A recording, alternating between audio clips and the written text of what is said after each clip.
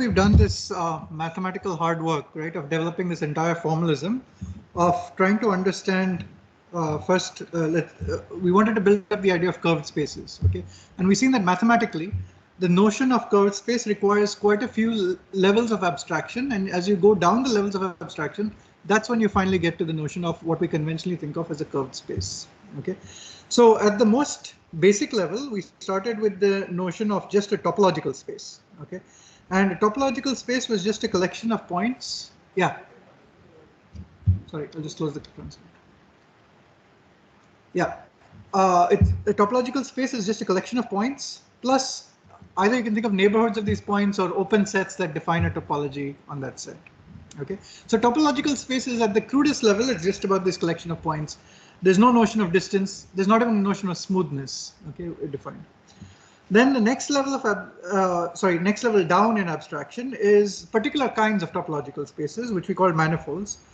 And locally, the thing about these manifolds is they're topological spaces which look like Rn. Okay, some Rn locally. Okay, not necessarily globally. That is not necessarily over the entire topological space. But the advantage of having such a local description in terms of Rn is that you can assign coordinates. Okay, and those coordinates can be patched together smoothly over the entire manifold. And once you can do this, you have notions of calculus, and you can do things like differentiation. So we saw explicitly how you can do differentiation. What we did not see was some notion of integration, okay, but you can also do integration. And we saw that you can define things like vectors, tensors, and so on, and also dual vectors, okay. And dual vectors was not something that you were probably familiar with, probably before this class. Okay, but it's a very general concept. Anytime you have a vector space, you also have a dual vector space. Okay, and we saw that on a manifold, you can impose some additional structure. Okay, that is, you can define a notion of parallel transport. You either talk about this connection gamma or an affine connection delta. Okay, and gamma was a coordinate dependent way of defining parallel transport. But in the end, the result of taking such covariant derivatives defined through this gamma were coordinate independent. Okay, there was a coordinate independent notion of what delta is. And we saw that depending on the definition, I mean, on the type of connection that you have, you could have torsion or you could not have torsion, okay, in that connection. And you can also define a notion of curvature. This is just associated with a connection. The moment you have a connection, you can have torsion. Note that we're still not talking about a metric space, right? We're just talking about, in general, about manifolds with some kind of connection on them. Okay, and then we also had this idea of geodesics. So once you have a notion of parallel transport, then you can define a notion of what you mean by a straight line. Okay, that is, if I follow a curve, how do I know if this is straight? Well, if I transport a tangent vector and it remains parallel to itself, okay, along this curve, that is, if it satisfies this equation in the affine parameterization, then you say that, sorry, if you transport the vector and it remains unchanged in the affine parameterization, then you say that this curve is a straight curve, okay, on that manifold. So this basically were some concepts that you could define on a manifold. Okay, the basic concepts on a manifold are these, but once you introduce a connection or some kind of parallel transport, you get these additional things. Okay. Now, going down further, okay, in one level of abstraction. Now, if you talk about particular kinds of manifolds, these are metric spaces. Okay, these metric spaces are manifolds on which you prescribe one additional property, which is you specify a particular 0-2 tensor. Okay, and that 0-2 tensor is called the metric. Once you specify this particular 0-2 tensor, then all these other notions, of course, carry over. They get inherited by this metric space. But there's one particular connection that you can choose. Okay, among the many possible connections that you can put on a manifold, one particular one gets picked out as a special connection. That is the metric compatible torsion free connection, which is essentially unique. Okay, there's only one such connection. And using this particular connection, okay, this special gamma, which we call the Christoffel symbol, using this particular gamma, you can define something called the Riemann curvature tensor. Okay, and this Riemann curvature tensor has more symmetries and it obeys some Bianchi identities. These are specific to a Riemann curvature tensor defined with the Christoffel symbol, that is with the metric compatible torsion free connection. Okay, these extra symmetries are not symmetries of defined on a generic connection. Okay, they're specific to this particular metric connection. And also you inherit the notion of geodesics. And if I now use geodesics with this metric compatible connection, then I not only have straight lines, but I also find that the geodesics are also the curves which extremize the arc length. Okay, they are either maximas or minimas of the distance between two. If I want to find out what is the curve that gives me a maximum or minimum distance between these 2 points, it is a geodesic, okay, or a saddle point. Okay, and so these are additional properties of once you have a metric, then you have a metric connection, which is unique if you assume it's torsion free. And then it has these extra properties that get inherited by the Riemann curvature tensor, which are extra symmetries and the Bianchi identity. And geodesics are also, in addition to being straight lines, also extremize the arc length. Okay, so this is sort of the levels of mathematical abstraction that we had to sort of build up. Okay, and we saw that the Riemann curvature tensor, when you define it like this, okay, to specify the curvature was first of all a local property, which means every single point on the metric space had a different curvature associated with it in general. Okay, and to specify the curvature on a manifold, we saw that, on a metric space, we saw that you need this many different numbers at each point. Okay, so in n is equal to 1, this is actually 0. Okay, so in fact, you can't specify curvature using this method on a circle. Okay, can you tell me why? It seems obvious that a circle is curved, but this method tells you that a circle does not have any curvature. Why is that? How is our notion of curvature defined?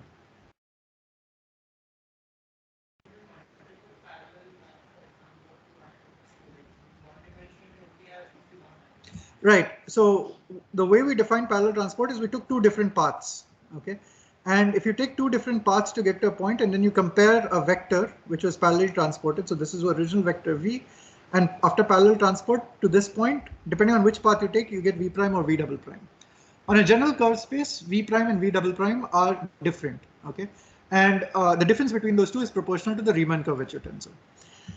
On a circle, there's only one path that you can take, okay, and you can reverse it, but then you would not get any difference.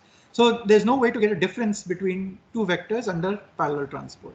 Okay, so in one dimension, in fact, there is no notion of curvature. Okay, in two dimensions, we saw that the number of independent components of the Riemann tensor is 1. Okay, this fn f2 was 1. And you only need one number at every point to specify the curvature. Okay, and similar to how we defined it for a sphere, it's something like 1 by radius of the sphere square. Okay, but it's also possible to have negative curvature. Okay, which is hyperbolas. So negative curvature is not hard to understand. It's just hyperbolic geometry. Okay, so you can have something like this, some kind of saddle. Okay, where in this direction it's curved one way, but in the other direction it's curved oppositely. Okay, so if I move out of the page, I curve like this. If I move along the page, I curve like this. Okay, so that's a saddle point. Okay, and so this is a point of negative curvature. All right. So now some key points. Okay, is that on a metric space, geodesics are the straightest possible paths. Now these key points are basically key points from the point of view of building up the idea of general relativity. Okay, so of course these were a lot of mathematical ideas, but which ones are the important ones? Let's focus on those. Okay, so then one of the important ideas is that geodesics are the straightest possible paths, but they also extremize the arc length on a metric space. Okay, we also saw that if you're on a space of indefinite metric signature, that is pseudo-Riemannian metric with, let's say, some kind of -1 + 1 1 + 1 + 1. Then the geodesics always have tangent vectors, which are either space-like or time-like or null, but they never transition between being time-like and null and time-like or space-like or anything like that. Okay, so the geodesics always have tangent vectors which are always time-like. So what does that mean?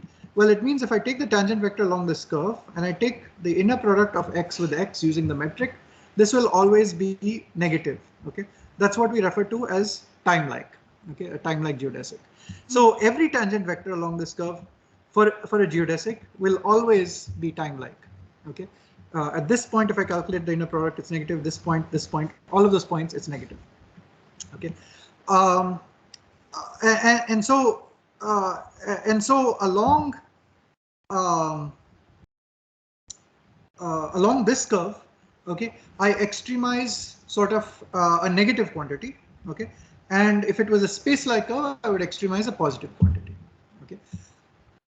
Okay, then one thing we saw in the last class was this geodesic deviation equation, okay. So we defined another way to look at curvature is to talk about the deviation between nearby geodesics. Okay, and we saw that if you define the separation vector between these geodesics as x, and the tangent vector along a geodesic is t, okay, I can look at, first I define something called the velocity of these geodesics relative to each other, which is the rate of change of x as I move along the tangent vector. So as I move along the tangent vector, what happens to this displacement vector? What is the change in this displacement vector? Okay, using this affine connection or parallel transport. That defines a velocity. And I can now calculate the change in this velocity, which is the acceleration. Okay, so this is the change of the velocity along the tangent vector. Okay, and this we saw last time is basically just the Riemann curvature tensor acting on Tx, and we can think of it as acting on T, okay, as the third argument. So the Riemann curvature tensor, remember, is a type 1,3 tensor. So if I give it 3 vectors, it returns for me a vector. Okay, so this acceleration is a 4 vector. Okay, and what does this acceleration measure? It measures the tendency for geodesics to sort of accelerate or converge together. Okay, so in the last class we didn't prove this, okay, but indeed I think this is true if you work it out. So in flat space, if you look at geodesics, so flat 2D space, okay, if you look at two geodesics like this, okay, which are just straight lines which are parallel to each other, and if you compute del Tx, okay, so x is this way, t is this way. Okay, now if the connection is torsion free, then we saw that x comma t is equal to del xt minus del tx minus sorry.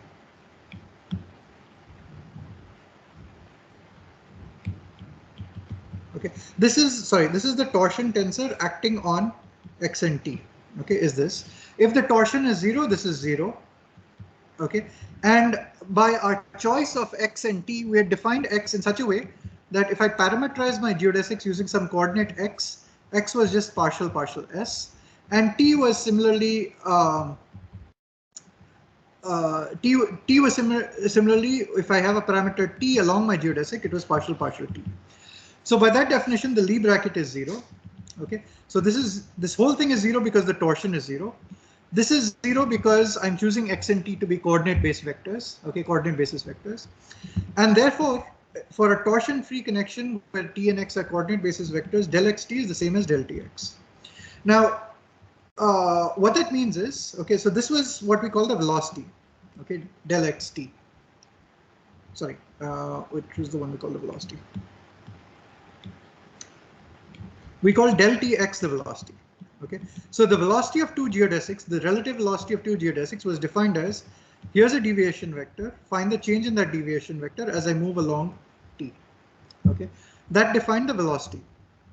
Now, since del Tx is the same as del xt, okay, I could equally well compute this by looking at the change in the tangent vector as I move from one geodesic to another.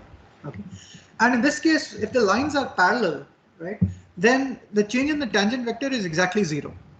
Okay, if the change, so this is a constant, both have, I mean, so the relative velocity is 0, and if the lines are parallel, then the velocity always stays 0. Okay, the relative velocity between these two curves always stays 0. Therefore, this expression for acceleration that we had is the rate of change of that velocity. And if the lines are parallel, the geodesics are parallel in 2 dimensions, that velocity is a constant which is 0, and the rate of change of that is obviously 0. Okay, but you can have geodesics which are not, which have some relative velocity, like we saw last time. I could look at a family of geodesics which are like this. Okay, so in polar coordinates, this is something like partial r, and I can transition from one geodesic to another by following something like partial theta. Okay, and so this defines my t vector, this defines my x vector. In this case, Geodesic 1, which is like this, and Geodesic 2 do not have a zero velocity vector, but they still have a constant velocity vector. Okay, so you can compute the velocity in this case, and you'll find that the velocity is constant. And if you compute the acceleration, then you would find that the acceleration is 0. So flat space is really flat, as you would expect. Okay, so so this just works out to be 0. So the important point of how to diagnose curvature is to look for acceleration of geodesics towards each other, not necessarily, or another way is, let me look at initially parallel geodesics. What do I mean by initially parallel? Initially V is equal to 0, then V should always stay 0. That's a very special case of, more generally, looking at any pair of geodesics or any family of geodesics may or may not be parallel to each other. Okay, if they accelerate towards each other or accelerate away from each other, that's a sign of curvature. Okay. Okay, and finally, there was something that we proved from the differential Bianchi identity. Okay, from the differential Bianchi identity, after we did a couple of contractions, the first thing we showed in the last class was that there is a particular tensor, okay, called the Einstein tensor, which was a type 2,0 tensor, okay, which was in components, it's r mu nu minus half g mu nu r, okay, and r was the Ricci scalar, and r mu nu was the Ricci tensor, okay, which is got from contracting the indices of the Riemann tensor. So we saw that this tensor, okay, the Einstein tensor, the covariant derivative of this was 0.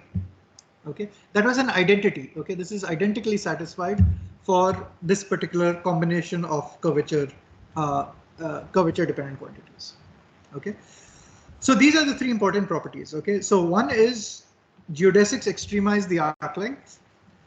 Acceleration between nearby geodesics is a way to diagnose curvature, and the Einstein tensor, okay, which is constructed from components of the Riemann tensor, this satisfies that del mu g mu nu is 0 as an identity. Okay, this is called the what is called a contracted Bianchi identity.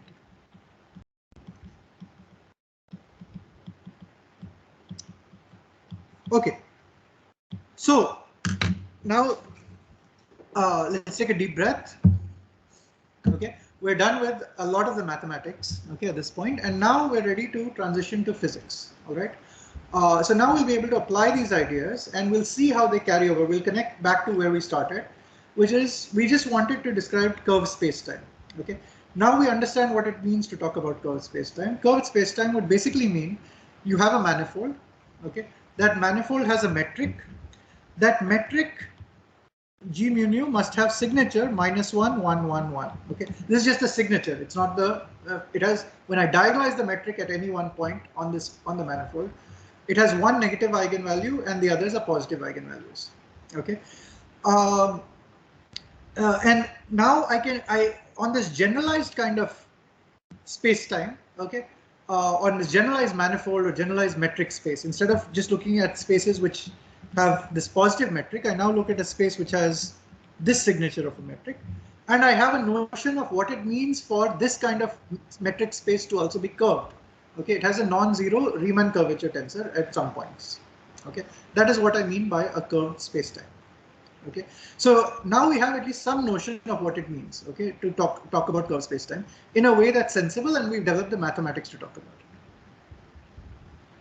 Okay, any questions at this point?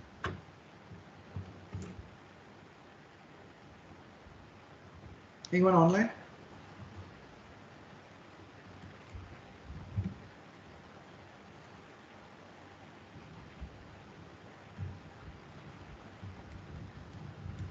All right.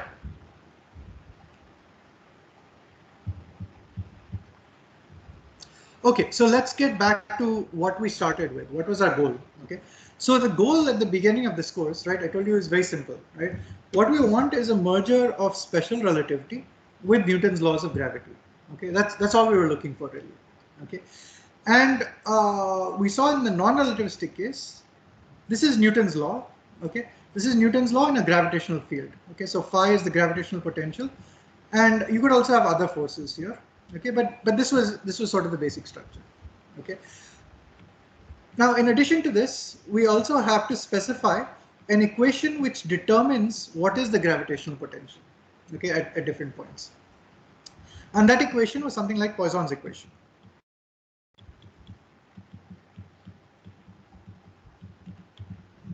Okay, maybe I'm getting the signs wrong, but let's not worry about it. Okay, so you had del square phi is equal to 4 pi. This is Newton's constant, which is 6.67 into 10 to the minus 11 in whatever units, SI units. Okay, times rho, where rho is the rho is the mass density. Okay, at a particular location, because mass sources gravitational potential. Okay. Now, what we saw is special relativity is a framework. Okay, it's not a law. Okay, this is something that we learned in the course in special relativity. And what we want to do when we say we want to merge our special relativity with the laws of gravity is that we want to generalize these laws to be compatible with the dictionary of special relativity. Okay, that's what we were really after. Where the dictionary, what does this dictionary do? It relates observers in some reference frame S to some other reference frame S prime. Okay, and these observers S and S prime, okay, you could think of them as two different observers with a coordinate transformation which relates these two different observers. So one observer uses coordinates x and t to describe the world. The other observer uses some coordinates x prime and t prime. Okay, but the key thing is the connection between these two coordinates, okay, involved boosts or rotations. That is, if I take t prime x prime, this was related through some Lorentz transformation matrix to t and x. Okay, where lambda was an element of SO31. Okay, which includes boosts and rotations. So what does this mean? Okay, it means that, well, first of all, if you recall these laws are valid for inertial observers. They're not valid in an accelerating reference frame. Okay, and the definition of an inertial reference frame is also somewhat circular. Okay, these laws are valid for inertial observers, and then you ask who are inertial observers. Inertial observers are those observers for whom these laws are valid. Okay, that's the definition of what an inertial observer is. So inertial observers, you define a class of observers that sees the laws in these form. Okay, and any two such observers the laws will take the same form for both sets of observers. Okay, if they are both inertial, and if they're inertial, then their coordinates are related by this kind of transformation. Okay, where lambda is that constant matrix. Okay, for example, for a boost, it looks something like this, right? Where gamma is 1 over the square root of 1 minus v squared by c squared. Let's say one is moving at the velocity v relative to the other. Okay, you have to be careful about what the sign is. Okay, and beta is either plus or minus v by c. Okay, so so that's it. Okay, and so what do we mean by a law is compatible with the dictionary of special relativity? Well, we saw that there are objects called tensors in special relativity, and in special relativity we have defined tensors rather differently. Okay, we have defined tensors as some quantity which, let's say, has n indices, mu1 through mu_n, and in reference frame S these are the components, in reference frame S prime these are the components, and the transformation which relates them is through these matrices lambda. Okay, through the dictionary or the key to the dictionary, which is this lambda. And now I can translate between observers S and S prime. Okay, using these using this lambda. Okay, I can transform tensor quantities as described by one observer to tensor quantities as described by another observer. So when we say a law is compatible with the dictionary of special relativity, what we really mean is that the law can be expressed in the form of one tensor, okay, is equal to another tensor of the same rank. Okay, these are tensors of the same rank. And if this is true, then this is a law that's compatible with the dictionary of special relativity, because this is a law specified for one initial observer S. But we know that if we transform this, both sides transform in exactly the same way, so that for another observer S prime, they will measure different components of this tensor, okay, but they will still see t prime is equal to x prime, okay, as their law. Okay, so that's what we mean by the law takes the same form for different inertial observers. Okay, more generally, we could have done something like this. We could have taken, you know, a tensor like this with lower indices. In special relativity, lowering the indices is not really giving you something very different, right? Because I can always lower these indices by applying, you know, some metric here. So if I use eta nu1 prime, there's a nu1 here, nu1 prime here. This lowers the nu1 prime index and makes it a lower nu1. Okay, so I could have talked about the laws and the compatibility of the laws with special relativity either using tensors with all upper indices, or I could have talked about it with tensors with some upper and some lower indices. Okay, it doesn't really matter. Okay, now these laws, okay, these laws are not compatible with special relativity. Okay, these laws are the non-relativistic version of Newton's laws, and this is a non-relativistic equation, which is Poisson's equation. It doesn't involve time, okay, or it doesn't involve derivatives of time, let's say. Okay. So we've seen that the generalization of Newton's second law, okay, for at least for electromagnetism and so on, would be to take something like this. You take d square x mu d tau square is equal to f mu, and so this is like a generalized 4 acceleration. Okay, and this is some kind of 4 force. Okay, and then the question, if you're trying to merge the laws of special relativity with the laws of gravity, is to ask what is the force that I'm looking for, which is the gravitational force, how to express this force F mu, okay, or the force of gravity.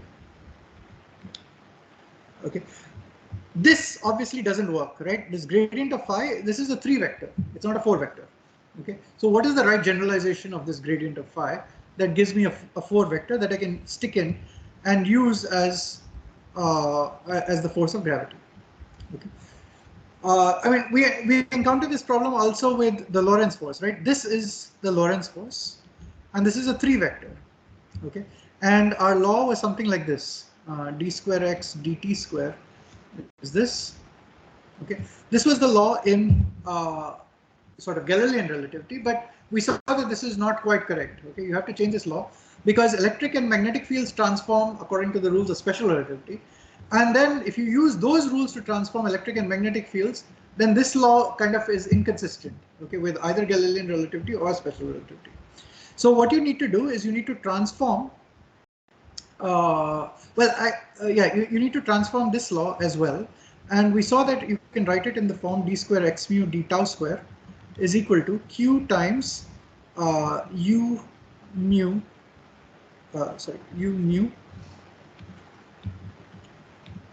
times f mu nu, okay, where f mu nu is the electromagnetic field strength tensor and u mu is the 4 velocity of the particle, which is just dx mu d tau. Okay, so this is u mu with an upper index. Okay, I have to lower the index using the metric. Okay, so we saw, for example, that this is the expression for the 4 force for the electromagnetic field. Okay, and if you've done exercises in special relativity, you would know that the 0th component of this gives you a new equation, but it's basically just the power or the energy that you're transmitting to the particle through the electromagnetic field. Okay.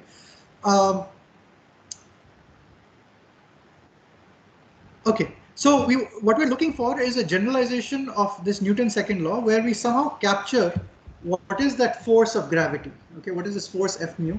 Okay, of gravity. And one of the things we discussed early on in this course is if we want to combine Newton's gravitational law plus STR, that is, if you want to combine this Poisson equation, okay, this one here, the generalization of this is going to be more complicated because rho, we did discuss exactly how this is true, but we'll discuss this in the next class. This rho was an energy density, but if you talk about how rho transforms in the dictionary of special relativity, how does mass density transform, or how does energy density transform, what you actually find is that it transforms as a 0,0 component of a tensor. Okay, it doesn't actually transform like a component of a vector, it really transforms as a component of a tensor. And this tensor turns out to be a symmetric tensor. Okay, and that tensor is called a stress energy tensor. Okay, so we'll discuss what the stress energy tensor is in the next class. right now just accept the fact that this rho is the 0, 0 component of that tensor. Okay, so so one guess for the generalization of Poisson's equation was that we could take some kind of scalar field phi and generalize this del square, this Laplacian, to this what is called the D'Alembertian. Okay, this is the relativistic generalization, which is basically partial t square minus partial x square and so on. Okay, and this you equate to the trace of t mu nu. Okay, so it's t mu with a lower index mu. Okay, repeatedly summed. And there's actually nothing wrong with this law in the sense of mathematical consistency of compatibility of this law with special relativity. It's just that this law is incompatible with observations. Okay, so on those, I've not gone into the details of why it's incompatible with observations, but for the moment, we'll rule it out on the grounds that it's incompatible with observations. Okay, so the thing that we want is, instead of talking about a single potential, okay, for that describes the gravitational potential, we really trade it for a tensor. Okay, and at the moment you think of this g mu nu as not as the metric but as just some tensor, symmetric rank 2 tensor under special relativistic transformations. That is, if I have an observer S who measures some g mu nu, then an observer S prime would measure lambda g lambda transpose, okay, as their g as their effective g. Okay, so this is just using the tensor transformation rule and special relativity. Or in components, they would measure a g prime mu nu, which was lambda. Sorry, let me write it using upper indices. G mu nu is equal to g prime mu nu is equal to lambda mu mu prime lambda nu prime g mu prime nu prime. Okay, this is the transformation rule that two observers would have for this gravitational field. Okay, so I'm calling this g mu nu the gravitational field. Okay, at the moment. So the reason is I've traded. Remember, just for the electromagnetic field, you had to guess what is the right combination of electric and magnetic fields that actually transforms in a way that is a tensor under special relativity. Right? It was not obvious that it's going to be this tensor, this F mu nu. Right, this electromagnetic field strength tensor. So you have to guess the right form of how to put these electric and magnetic fields together in such a way that you have some object that transforms as a tensor under the dictionary of special relativity. So similarly, we're just guessing, okay, that there is some object g mu nu which transforms like a rank 2 tensor, okay, and maybe I can build some kind of Poisson equation out of this, a relativistic Poisson equation.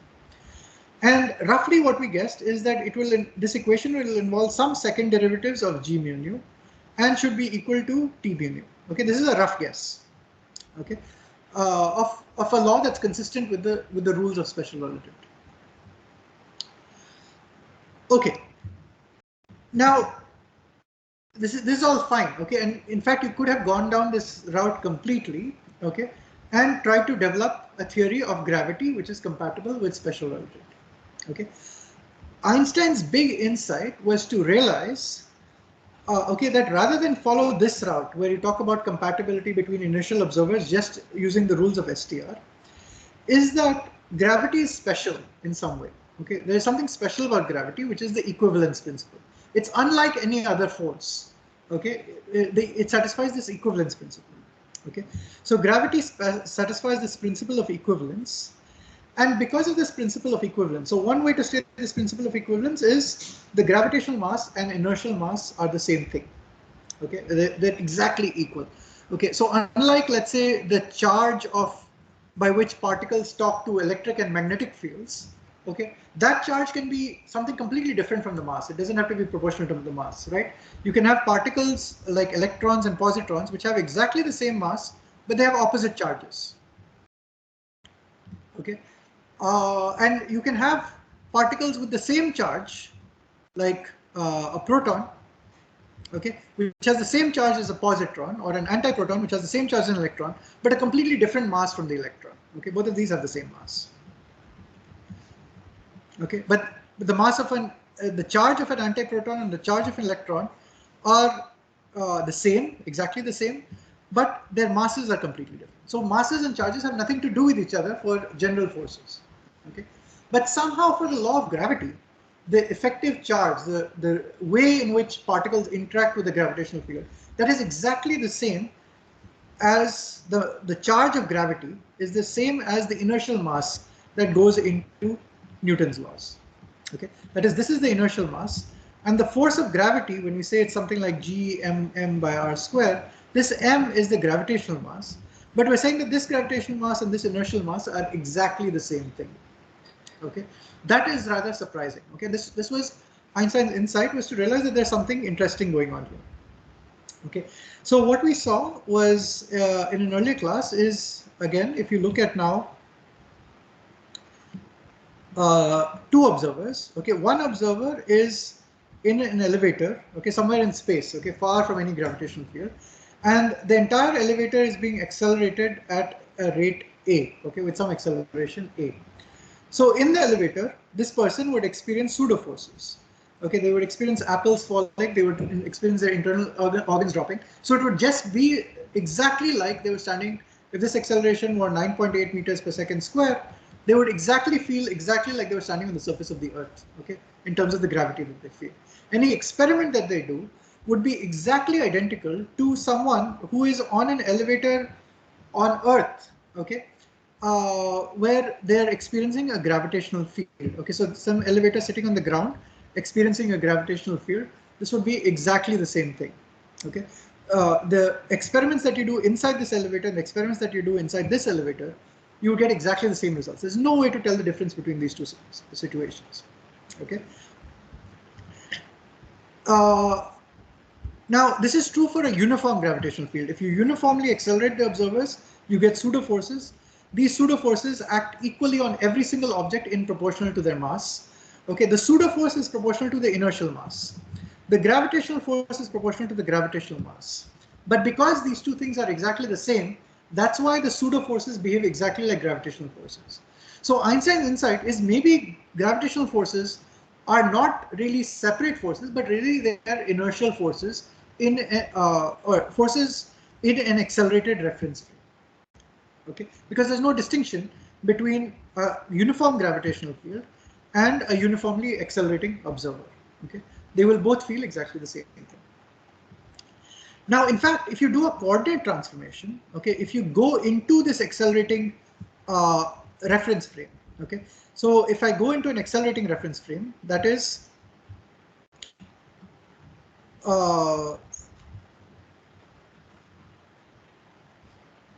yeah, so that is, now imagine that I go into a reference frame that is also accelerating, okay, upwards, okay, with this,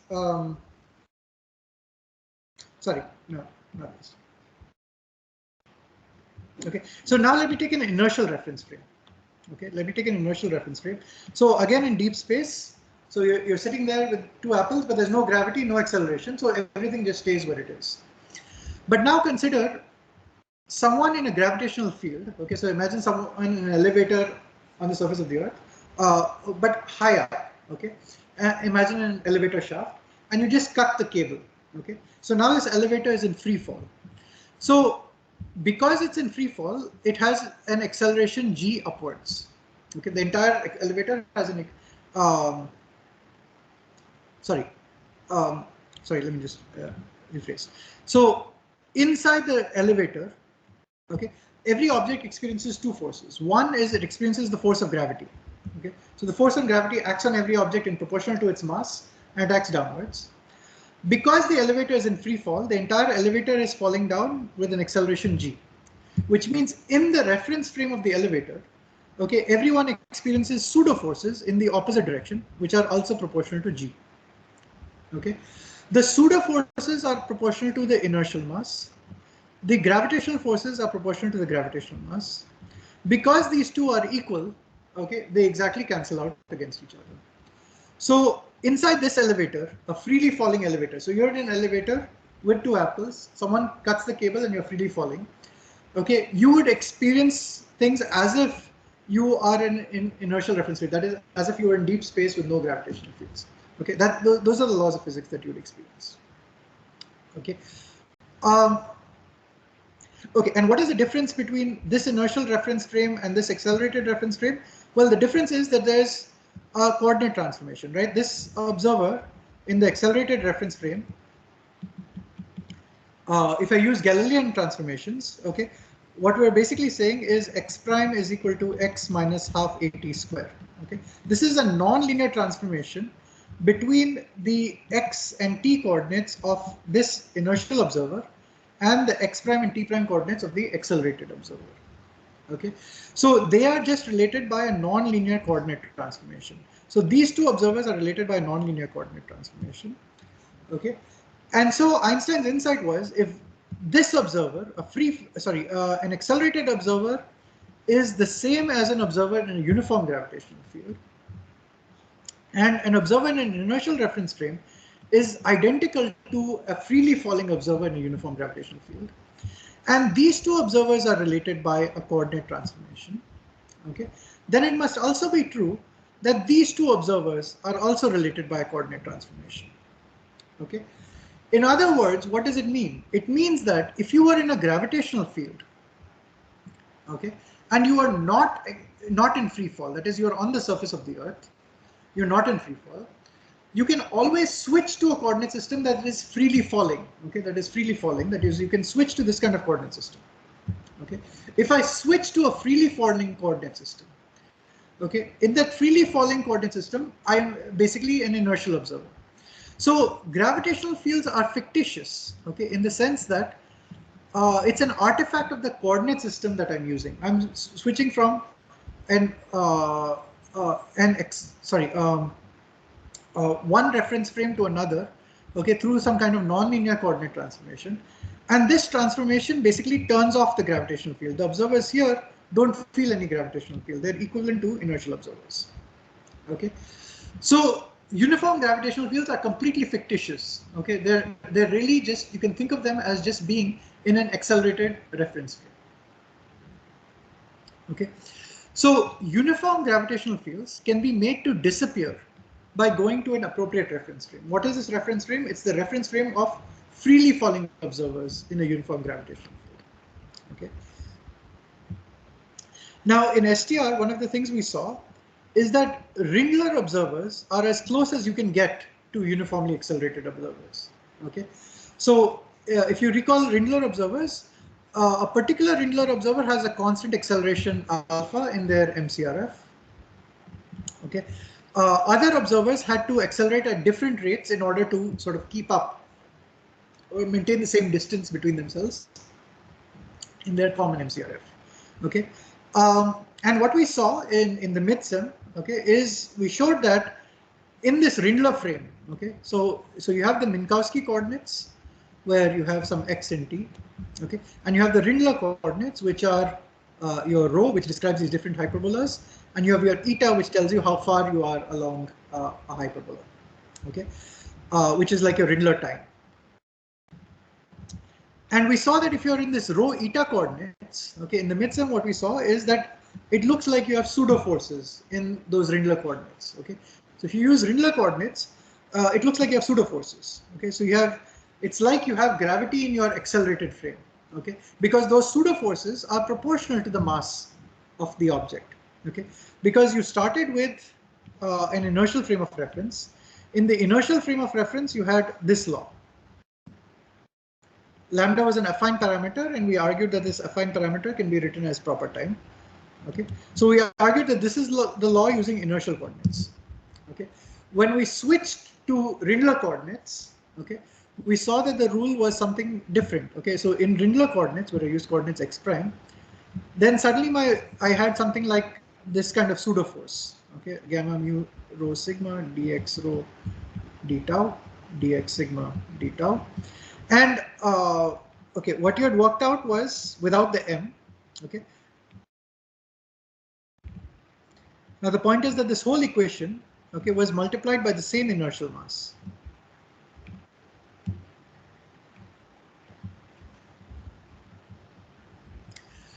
And now the point is that an object is now experiencing an acceleration in the Rindler frame, okay, which is proportional to their inertial mass.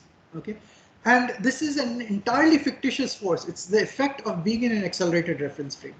But this is really mimicking a uniform gravitational field. Okay, so if you're in this Rindler frame, okay, if you're one of these accelerating observers, right, you're experiencing pseudo forces. What are the pseudo forces? Well, what we've seen is inertial observers will just appear to, let's say, move on some trajectory like this. This is an observer who's just staying at this point. But according to the Rindler observers, this object, what is happening to the rho coordinate of this object? The Rindler coordinate of this object? It decreases with time, right? And eventually it crosses the Rindler horizon. Okay, so this horizon was a unique feature of special relativity, of accelerated observers in special relativity. But the observer does experience, okay, this kind of Rindler observers see these kind of pseudo forces acting on inertial objects. Okay. Okay, so this law looks non-trivial in the Rindler frame. Okay, again, the fact that this m grav and m inertial are the same, really this is a fact because you just switched your coordinate system.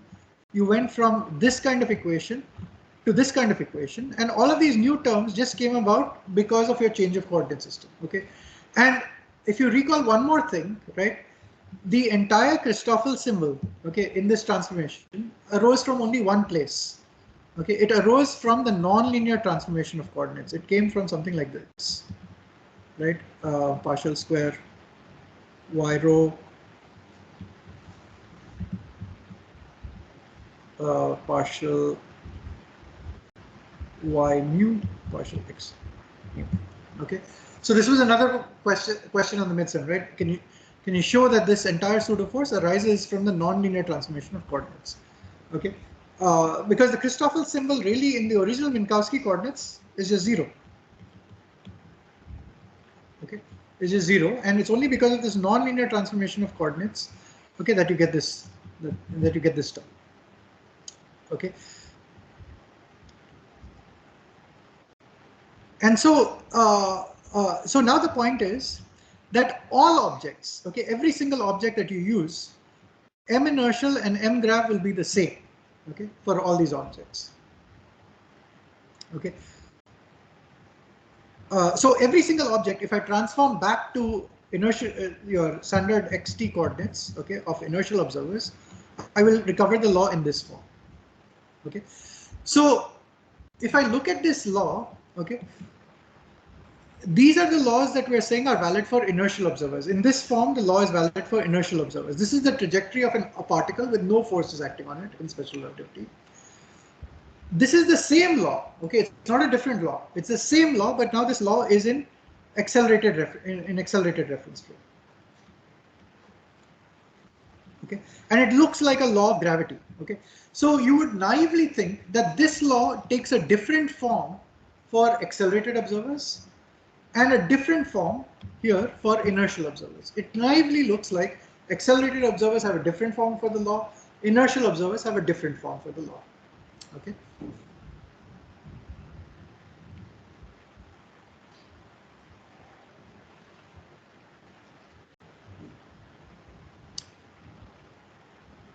Okay, and the other thing that you showed in the midsem is that in an inertial frame, okay, particles follow straight lines in space-time. Okay, so if you worked out what are the geodesics, okay, in Minkowski space, you would have found that basically particles follow straight lines, okay, in the sense that dx by dt will be a constant for all particles. And the other thing is, the important point is, what is that constant? That constant has to be less than c. If you take time-like geodesics, if you insist that the particles follow time-like geodesics, okay, then their speeds will be less than c. Okay, or vice versa. If the speeds of particles are less than c, then they follow time-like geodesics. Okay, that is, they follow time-like trajectories. Okay, so this was the sort of the equivalence principle. Okay, and what is the big deal about the equivalence principle? Well, it's the realization that this gravitational field, okay, that you're looking at here is fictitious. This is a fictitious gravitational field. It's just an artifact of the change of coordinate system. Okay, it's not a real gravitational field. Being in the Rindler frame is like being in this accelerated reference frame. Okay, in this accelerated reference frame, it's completely equivalent to thinking about a uniform gravitational field. But uniform gravitational fields are entirely fictitious. Okay, they can just as well be thought of as a coordinate transformation from a freely falling reference frame in a uniform gravitational field, and freely falling observers in a uniform gravitational field are actually inertial observers. Okay? So the way we thought about it earlier in Newtonian gravity was wrong. Okay, we thought about us on the surface of the Earth at rest. We thought of ourselves as inertial observers, and we thought of an elevator falling as the accelerated observer. Okay, that's the wrong way to think about it. The free falling elevator is actually the inertial observer. We are the ones who are accelerated. Okay, we are the ones who are actually accelerated. Okay, if we were in free fall, we would experience laws exactly as if there are no forces acting on us. Okay. Okay. So it seems like uniform gravitational fields are completely fictitious. Okay, but that's not true for all gravitational fields. Okay, some gravitational fields are real. They have very real manifestations which are different from uniform gravitational fields. So we saw this effect if you have a non-uniform gravitational field. So for example, if you take this elevator high enough and it's falling towards the surface of the Earth, you realize that the gravitational field is not uniform. This apple is being attracted to the center of the Earth, this apple is being attracted to the center of the Earth, and the person is also being attracted to the center of the Earth. In the freely falling reference frame, okay, of these apples and the person, what would happen is that the apples would get closer to this person. Okay, so they would appear to be tidal forces. Okay, so these are what are called tidal forces. Because the gravitational field here is not exactly the same as the gravitational field here, the gravitational field is non-uniform. Okay, you in this reference frame, on this freely falling reference frame, you now experience tidal forces. Okay, that is the path that these apples take. Okay, in space or in space-time, they actually start converging or they start accelerating towards each other. Okay. So a non-uniform gravitational field, the signature of such a non-uniform gravitational field is that you have tidal forces. Okay. And physical gravitational fields are those for which these trajectories either converge or diverge. Okay. Those are real gravitational fields, as opposed to these uniform gravitational fields, which are sort of, in some sense, fake gravitational fields. Okay, they don't really exist. Okay, they're an artifact of being in an accelerated reference frame.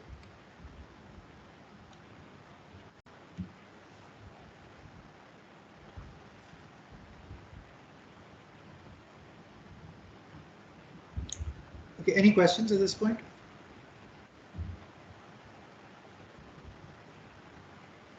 Excuse me, sir. Yeah. So why you have made this statement that uniform gravitational fields are fictitious if we consider an infinitely long uniform mass like a string in finely distributed mass? Sorry, can you Then be a little louder, Sushil, please? I can't hear you. Yeah. Hello, sir. Yeah. So you said that uniform gravitational fields are fictitious. I was just assuming an example where we have a uniformly distributed one-dimensional mass like string. Uh, then One-dimensional it, object. Oh, okay. yeah, just like line mass. Yeah. So a string which is uniformly accelerated. Not uniformly. Instead of considering the example where you have considered an spherical Earth, if we consider an infinitely long string, then gravitational field would be uh, uniform everywhere. Sorry, are you saying the acceleration is uniform everywhere, or the gravitational field is uniform everywhere? What did you say? No, instead of considering the Earth, I assumed like a line mass Okay, a line graph mass. with Yeah, instead of the infinite Earth. length. Yeah. Yes, yes. That is. Okay, and now I have, let's say, an apple, another apple, and a person, right? Yes, Is this the setup you're considering? yes, sir. Exactly. Yeah. So in this case, yeah. So that's the entire point, right? You you can think of this as a uniform gravitational field if you like. Okay. You can think of this as a uniform gravitational field if you like. But you can also think of it as an accelerated reference frame. Those two things are completely equivalent, right? As far as if you're inside this elevator, all the experiments that you do, nothing has changed. Right. Right? Now you could say, if I look outside this elevator, I see that I'm approaching the ground. Right? Right. Right? So you look outside the elevator and you see that you're approaching the ground. But really that's a little more complicated, because now when you're looking at this object, okay, so really what you have to do is, so sort of, I'm only considering the source of the gravitational field here, okay, and I'm not worried about what the source of this gravitational field is anymore. I'm just worried about what is the gravitational field at this location, okay. If I worry about the source of the gravitational field also, then I also have to worry about the forces that are acting on this object, okay? And we're sort of in the idealization when you're talking about the Earth, that this object is really massive and it's unaffected by, let's say, the gravitational field of this person, and so on, right? Yes, sir. Okay. If you really want to be more precise, so if I think about the Earth itself, okay, let's say this part of the Earth, okay, over here is exerting a gravitational pull on something that's falling down. But this part of the Earth is also experiencing a gravitational pull downwards by the rest of the Earth, right? Yes. But this is prevented from falling down because of a pushback by some object below it. Yeah, right. Right? So this object is not in free fall. If it were in free fall, it would be like an inertial object. Because it's not in free fall, it's actually a non-inertial object. It's in an accelerated reference frame. The reason it's in an accelerated reference frame is because the object below it is exerting a force on it. Yes. Okay. So here it becomes complicated, like we have to consider the forces on the Mars also. Yeah, which is why we're only focusing on, if you're in a region of space, the gravitational field is real, right? You don't have to worry about what is producing that gravitational field. Yes. Right? The force that you experience is just proportional to that gravitational field. It's in your inertial mass times that gravitational field. Okay, because by the principle of, sorry.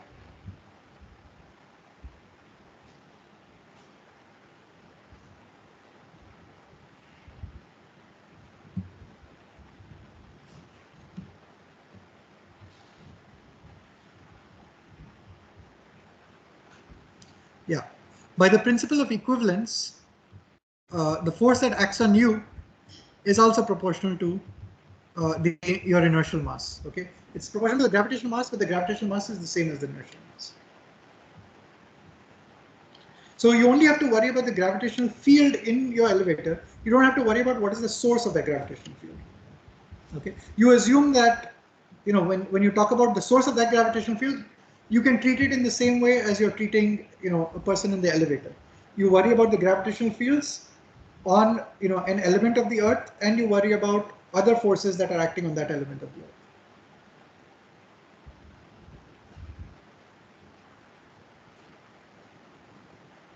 Okay, so like this element of the Earth on top is really equivalent to this situation. This one here. Okay, where you're sitting on the surface of the Earth, everything is falling. Okay, and you see that objects drop and they have an acceleration. Okay, that is this setup, which is equivalent to being in an accelerated reference frame, a uniformly accelerated reference frame.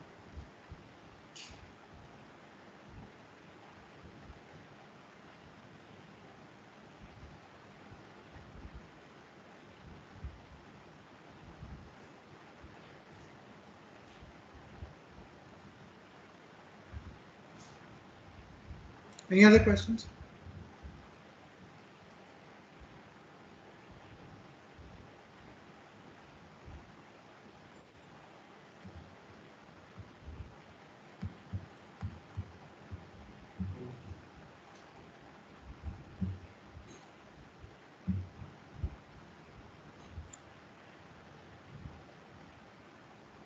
Okay, So here's the insight, okay? So now the idea is, perhaps these particles that are falling in a non-uniform gravitational field, okay, are still following straight lines.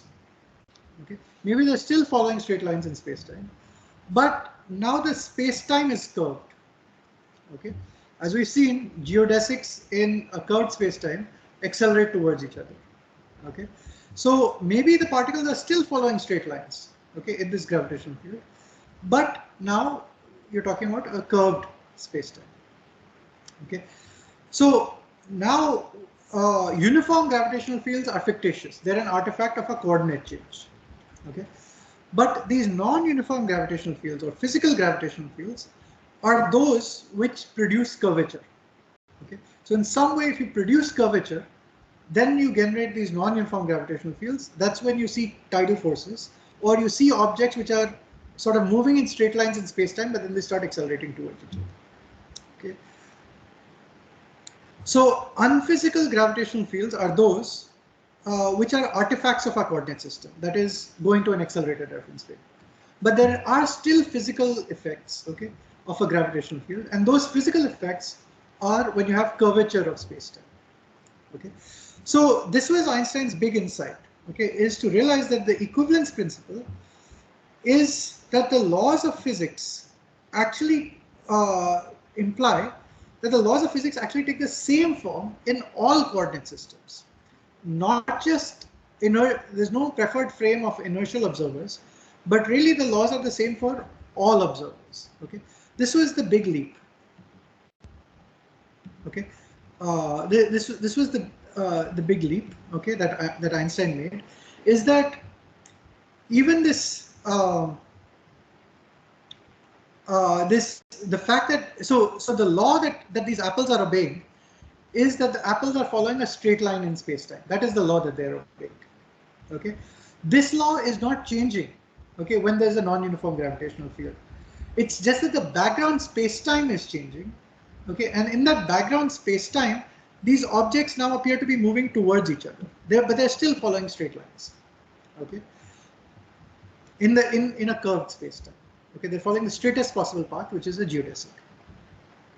So in this case, we've seen one law of physics, that is particles which are not being acted on by any forces will follow geodesics. Okay, that's one law.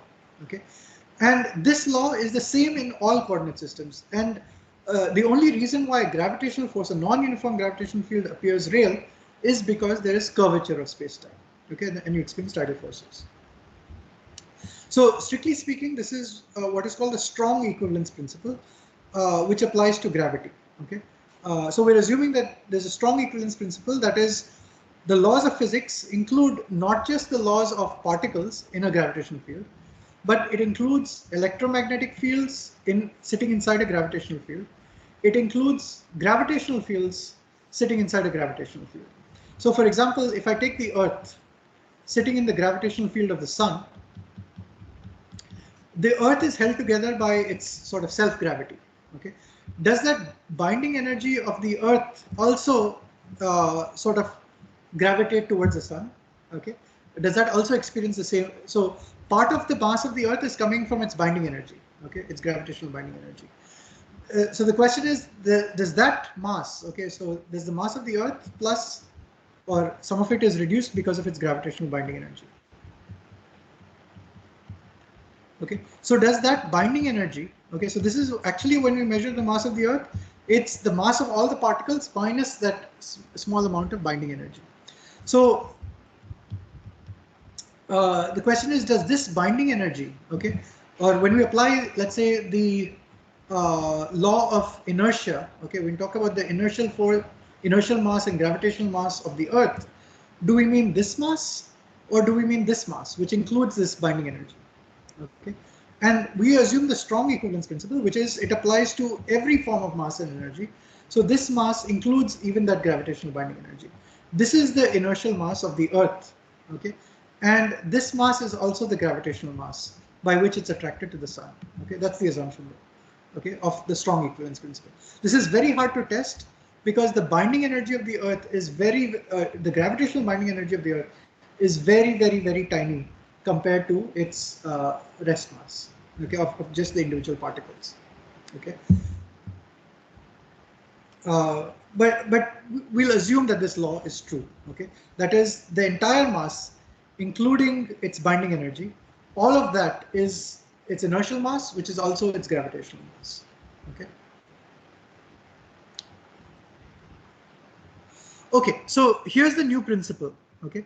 So instead of following the route that we had sort of started on before for the merger of special relativity with the laws of gravity, okay, which is to try to find force or to find some kind of equations which are compatible with the dictionary of special relativity, we will rather take into account a new principle, okay. And this new principle is motivated by the equivalence principle, and the new principle is basically, as we've seen, there is no real difference between let's say, an observer experiencing a uniform gravitational field and an inertial observer. These two observers are just related by a coordinate transformation, a nonlinear coordinate transformation, okay. So uniform gravitational fields and inertial observers are just related by some kind of nonlinear coordinate transformation. And it seemed like the laws of physics are different for inertial observers and they are different for accelerated observers. What Einstein postulated is, well, the laws are not really different. These laws are the same laws, okay? The apples are doing the same thing here as they're doing here, except that you are in an accelerated reference frame, okay? So Einstein's realization is that this gravitational field is entirely fictitious, okay? This uniform gravitational field is entirely fictitious. It's just an artifact of being in a different coordinate system, okay?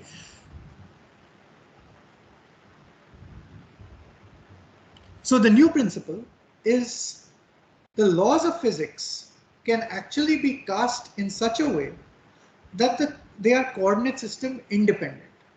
Okay, so you want a law of physics which doesn't depend on your coordinate system. Now you're no longer discriminating between inertial observers and non-inertial observers. Okay, in fact, you are saying that any two observers, no matter what coordinate system they're using, the laws of physics take exactly the same form for all observers. Okay, this is a much more powerful statement, okay, than saying that the laws of physics are the same for all inertial observers only, whose coordinates are related in a very particular way. Okay, these observers had coordinates related in a very particular way. Now the statement is something much more powerful. Okay, the laws of physics are the same for all observers independent of their coordinate system. Whether you're in an accelerated coordinate system or a non-accelerated coordinate system, the laws of physics are identically the same.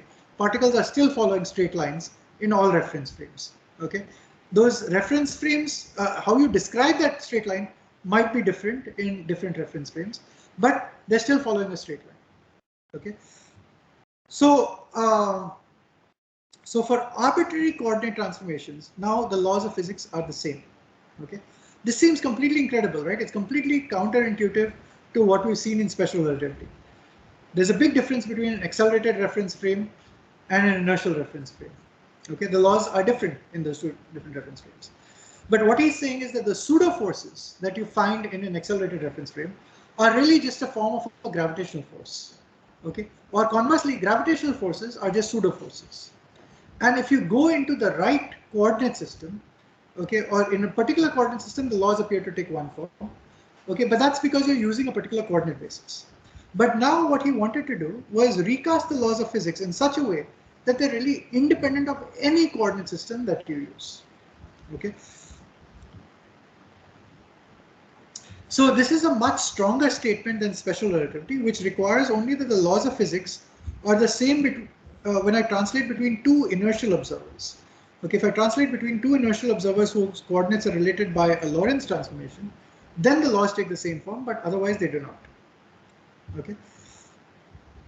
Okay, so let me just write down the postulates of general relativity. Okay, these are sort of the postulates as I see them. They're sort of the minimal postulates. Okay, it can get a little confusing. I'll tell you what the confusion is when you compare across textbooks. Okay, so general relativity you should think of as a framework. Okay, it's a framework analogous to the framework of special relativity.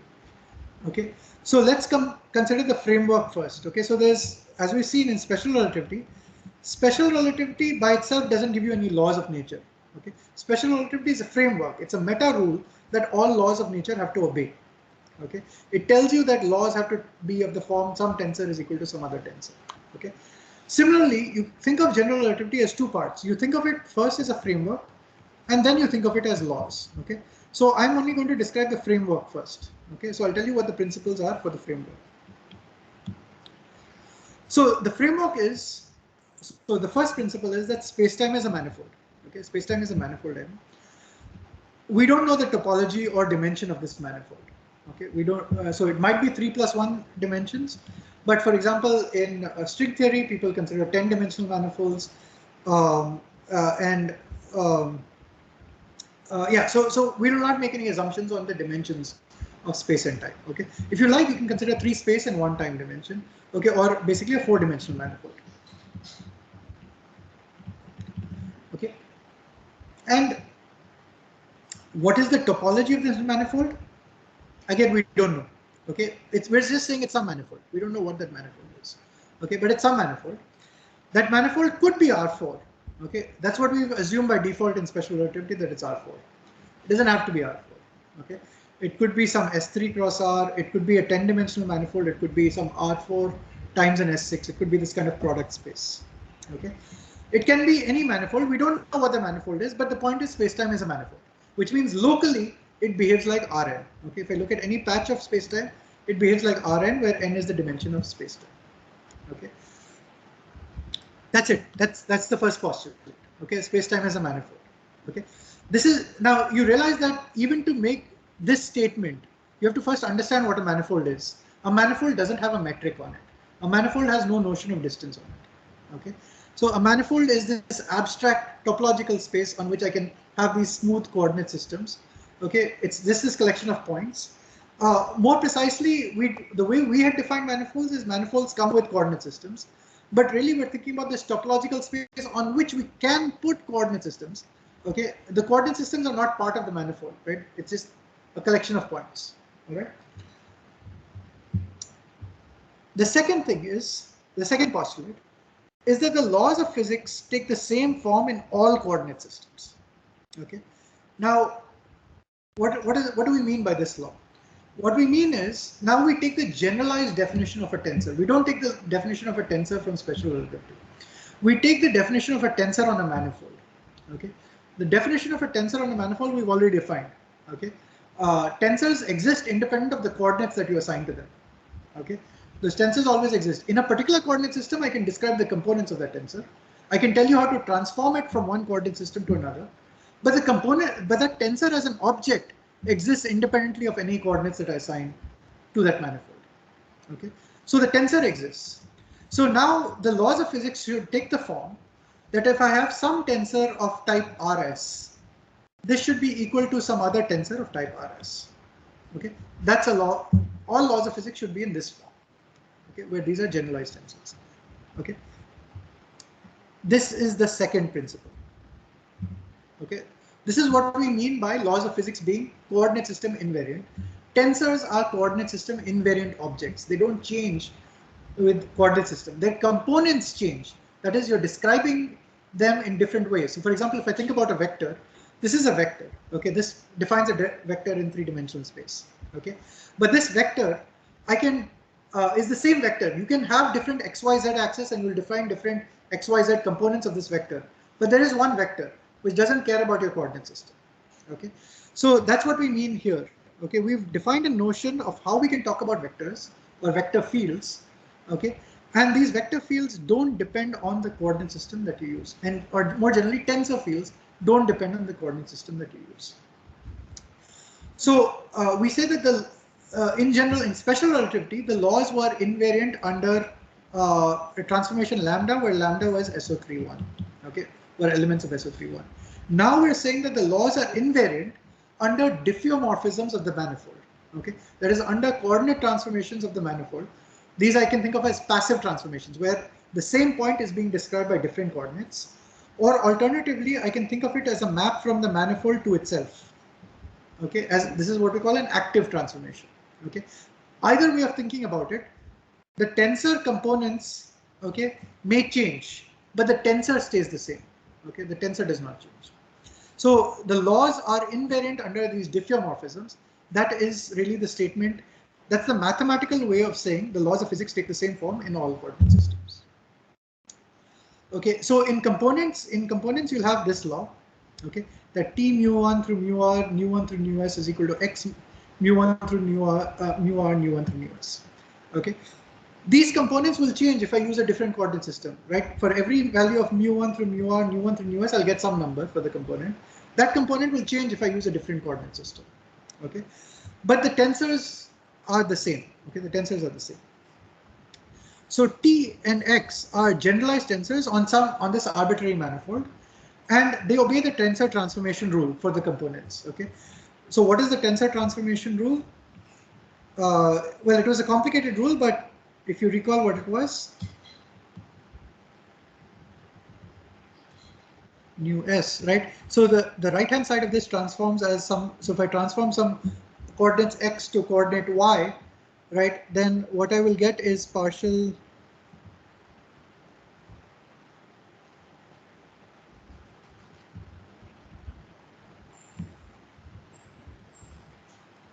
something like this. Okay, this is for the upper indices, and then I have partial x, partial y for the lower indices.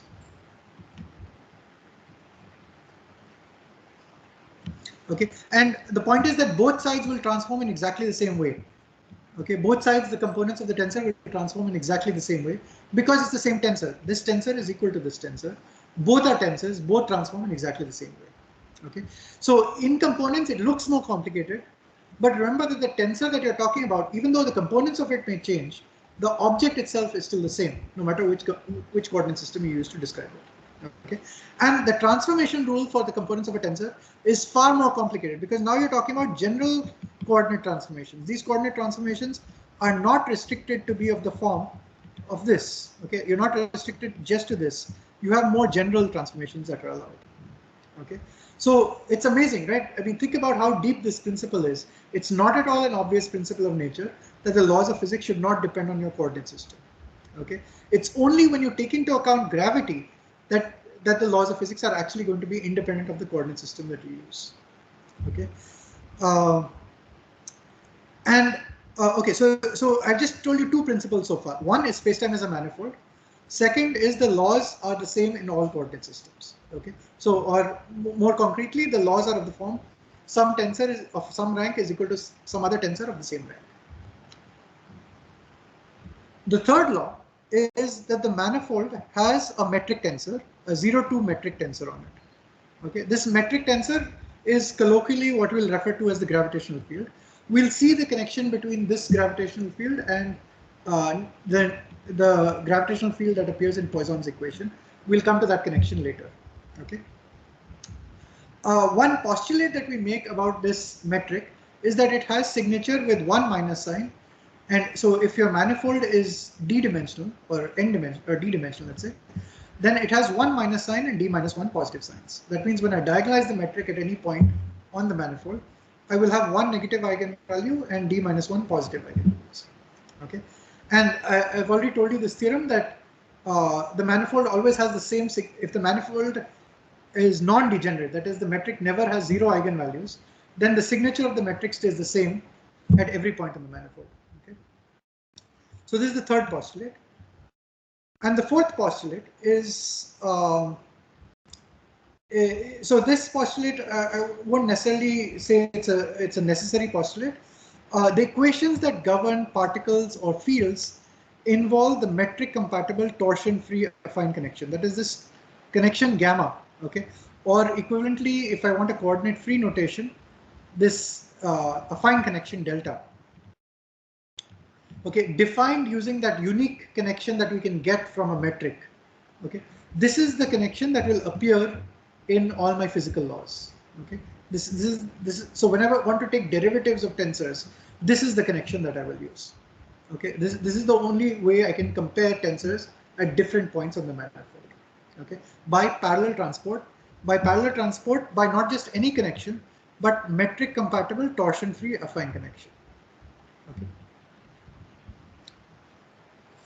So that's it. These are just 4 postulates, okay, of the framework of general relativity. Okay. So this is equivalent to generalizing from in special relativity. We realize that the speed of light is constant and there is a class of inertial observers. Okay.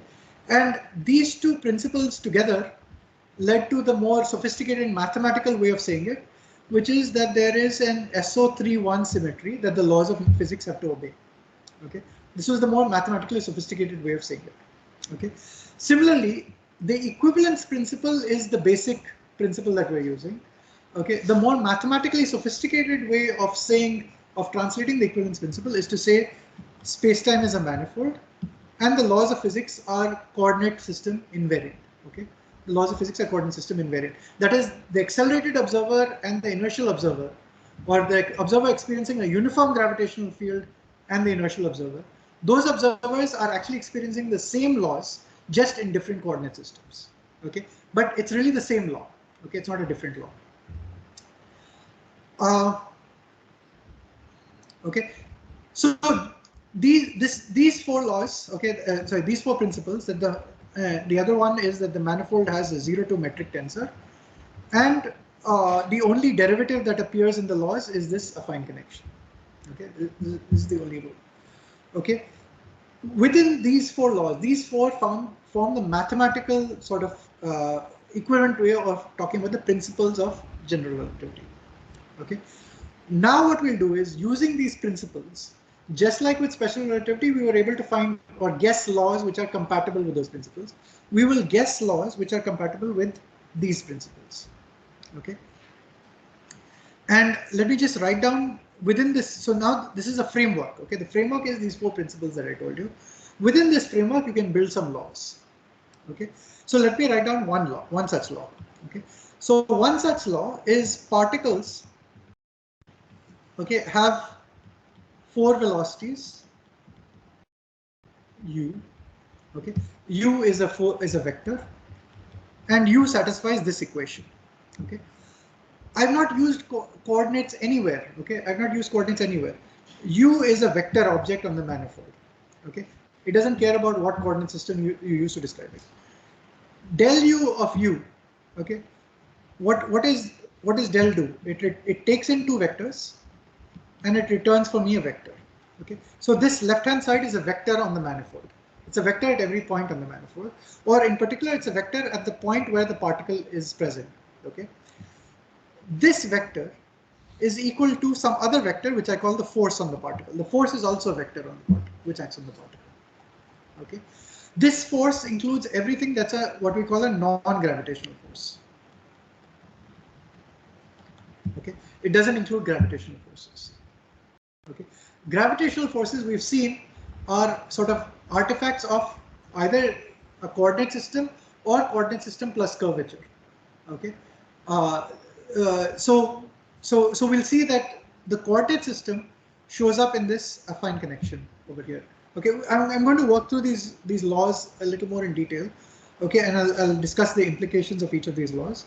But for the moment, you can see that this law, for example, if I take f is equal to 0, okay, this law is just my geodesic rule. Okay, particles follow geodesics. Okay, if the force is acting on a particle is 0, the particles follow geodesics. Okay, so this rule is nothing but my geodesic rule in the absence of forces. Okay, the geodesic rule, we've seen, for example, if the metric is the Minkowski metric, okay, in a particular coordinate system, it takes this form. In that coordinate system, this law is just this, right?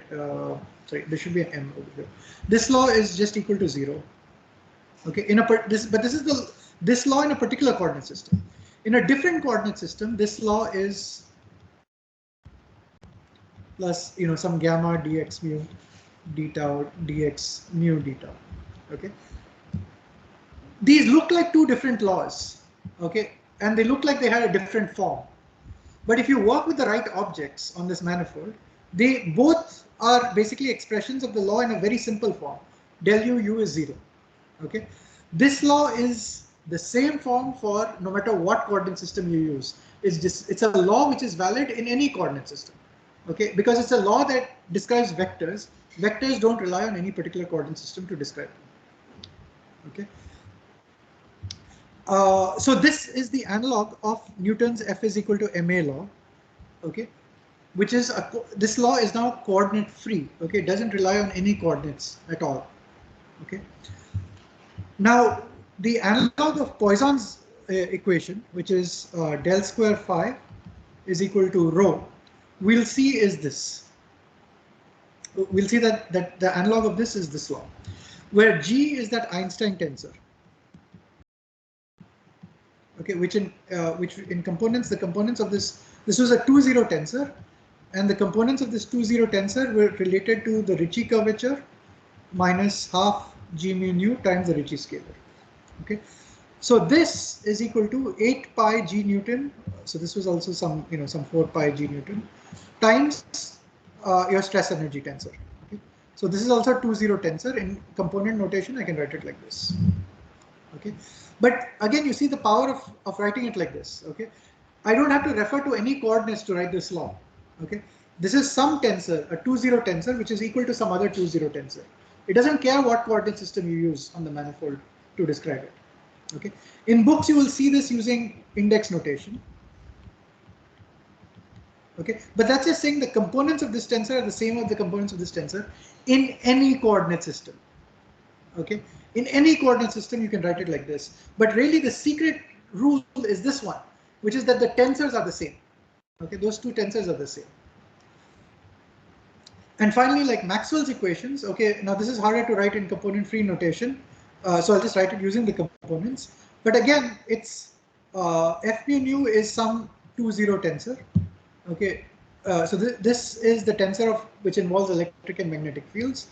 I take this derivative of it, this affine connection, and I contract these indices, this mu index and this mu index. Okay, and that I equate to J nu, where J nu is the current. Okay, or the current 4 vector. And this is again a 4 vector on a manifold. Okay, again it can be defined in a coordinate independent way.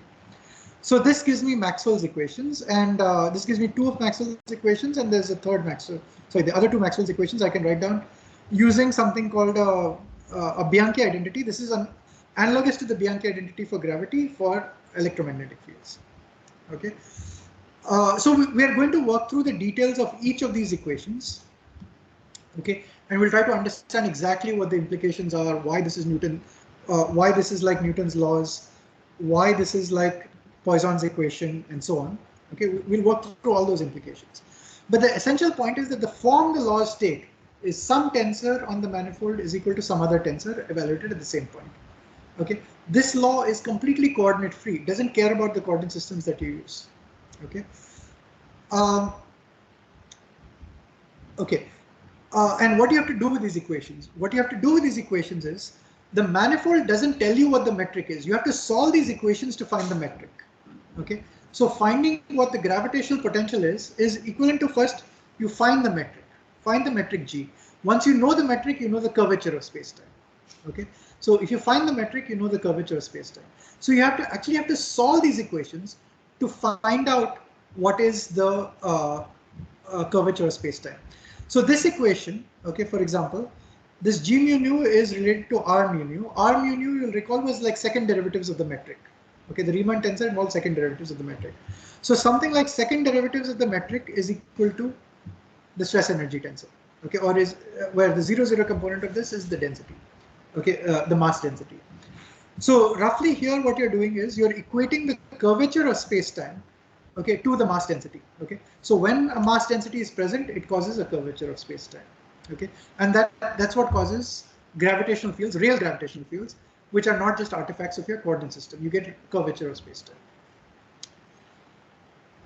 Okay, now and similarly you can find the distribution of matter with velocities u. So what are you solving all these equations for? You're solving for the metric, you're solving for velocities of particles, and you're solving for electromagnetic fields. Okay, so these are all coupled equations which you solve simultaneously. So a priori you don't know what the metric of space-time is. Okay, you are finding out what the metric of space-time is by solving these equations. Okay, that's what's different about general relativity. In special relativity, you assume the metric of space-time is known. Okay, it's just this eta is minus 1, 1, 1, 1. Okay, once you take this as the metric, then your laws are coordinate system dependent. It depends on the you want to be in a coordinate system where eta takes this form. Okay, if I change coordinate systems, eta is not in this form. For example, we've seen in Rentala coordinates, eta will be of the form something like rho square, right? 1, 1, 1 or something like that. Okay, in eta rho yz coordinates. Okay, so you want to be in, but there are favorable coordinate systems. Those are inertial coordinate systems, but those rely on having a particular metric. Okay, in general relativity, you're solving for that space-time metric. It's one of the things that you have to figure out what it is. Okay, and particles or mass or energy sources that metric. Okay, it creates that curvature of space-time. Okay, now the confusing thing about this, especially when you look in textbooks, is the framework, which is those general rules that I told you about a manifold. Okay, space-time is a manifold. Laws of physics are the same in all coordinate systems, and the manifold has a metric without specifying what that metric is. This is the framework. Okay, it's not a law. It's a rule that the laws have to obey. The laws are these, and these laws, you can clearly see that they obey that framework. They're coordinate invariant. You have to solve for the metric and so on. Okay. The framework is and the laws together are what people refer to as general relativity. Okay. The framework plus the laws together are what people refer to as general relativity. However, the framework is likely to be more general. Okay. Just like special relativity, the framework is a much more general thing. Okay. The laws may change. For example, if you relax some assumptions about linearity of the laws, then you get additional corrections. Okay. If you find new forces, you get new laws. Okay. But the laws still have to obey the same framework. So the laws may change if you find new fields, if you find new forces, if you find new particles. The laws may change. Okay. You might find that particles are acted on by more than just electromagnetic forces. They're acted on by strong forces. They're acted on by weak forces. Okay. We've discovered these forces in nature.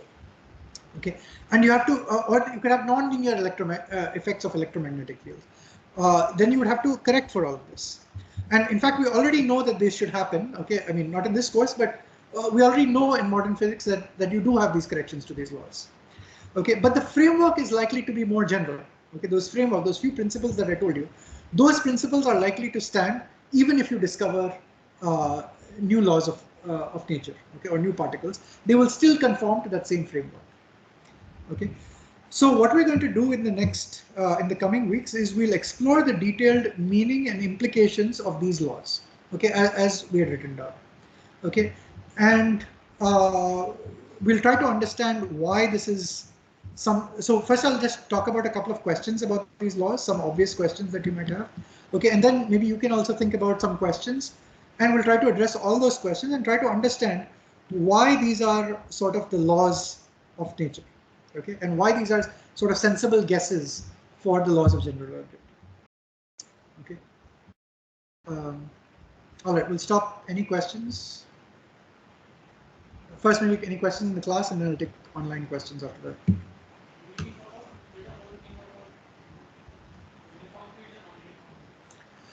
Sorry, can you be a little louder? Uniform? Uniform and non-uniform? Yes.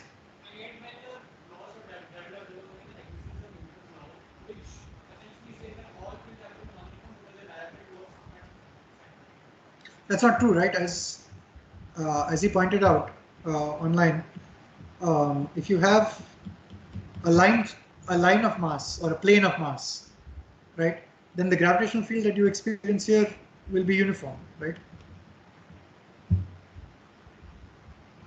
Gravitational fields can be anything, right?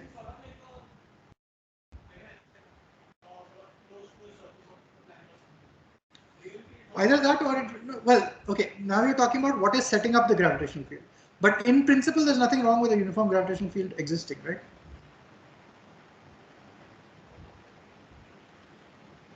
Yeah, so you're right in the sense that now we do have to worry about what is sourcing the gravitational fields, okay, and what kind of configurations can you get from some reasonable distributions of matter.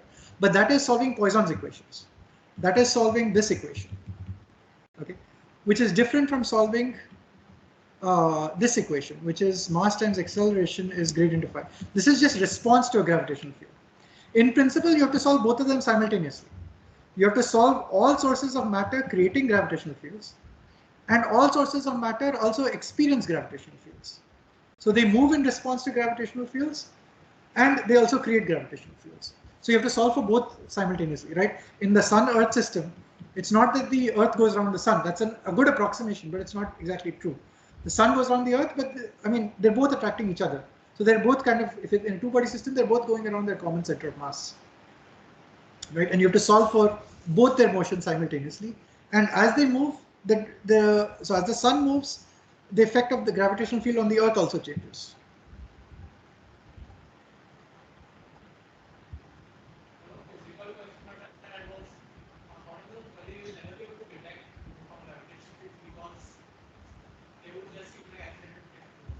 Yes. Well, there's no difference between the two, at least. You can't tell the difference between acceleration and uniform gravity. You can call it whatever you like, but you can't tell the difference between them. You can call it gravity if you like. There's nothing wrong with calling it gravity, but there's no difference between the two. Okay, and that comes from the precise equivalence of the inertial and gravitational masses.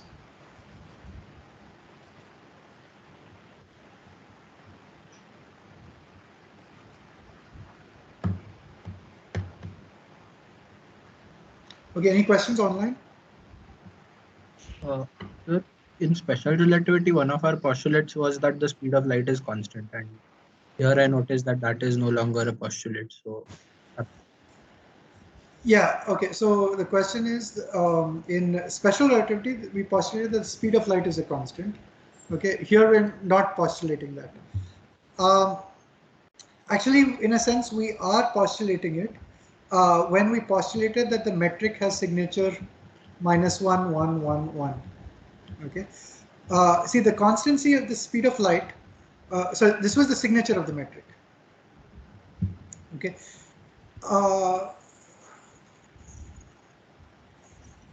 Yeah. Okay. So it's a bit tricky, but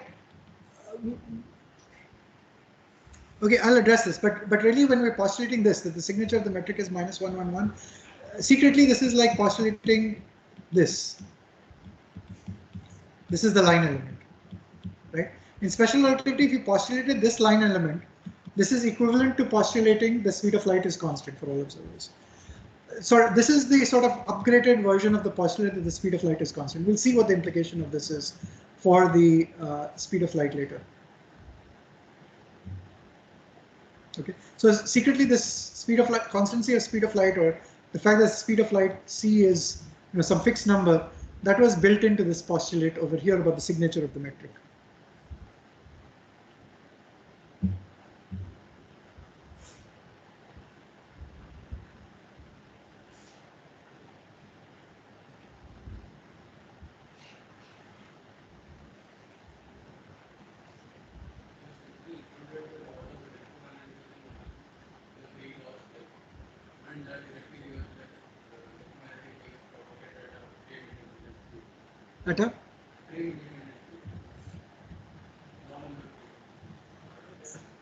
We haven't solved this law for the wave equation yet. We have to show that that's true. Okay. So in special relativity, we show that that's true because you get something like this. Okay. So in a vacuum, you'll get something like this. Okay, if there are no sources, and this basically is a wave equation with speed c. Okay, and it's the same law, it's the same form of the wave equation in all reference frames, all inertial reference frames. We have to solve the wave equation in this generalized coordinates to actually figure out what happens to the speed of propagation.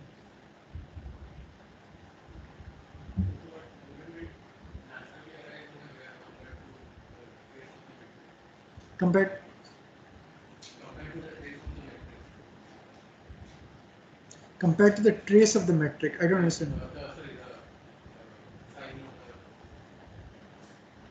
No, not really. So the analog of this law will be something like del mu f, right? And this has a connection in it, this has a connection in it, right? So it's not going to be just a simple wave. In a particular coordinate system, it won't look like just a simple, and if you have curvature, you can't always go to a Minkowski type wave equation.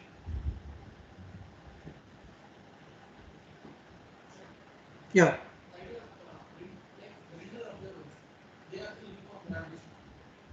Yeah, they're uniformly or as close to uniformly accelerated as you can get in special relativity. So yeah. Each observer travels with a different acceleration.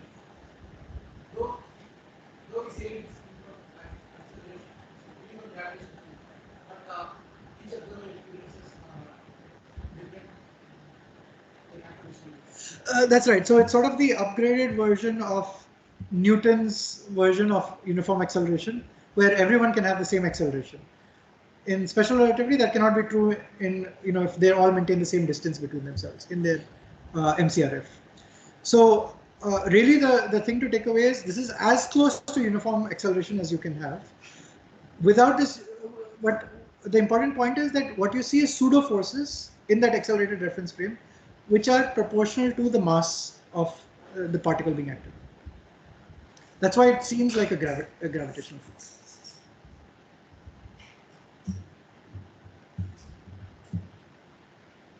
Okay, I think this is a good point to stop, so we'll stop here.